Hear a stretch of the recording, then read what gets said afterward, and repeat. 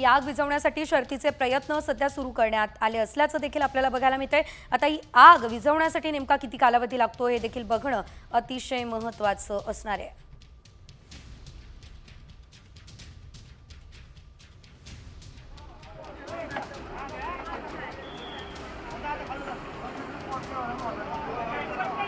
या संदर्भात कोणाला काही इजा झाली आहे का हे देखील बघणं महत्त्वाचं असेल। या संदर्भात अद्याप कुठली माहिती जी आहे ती मिळालेली नाहीये।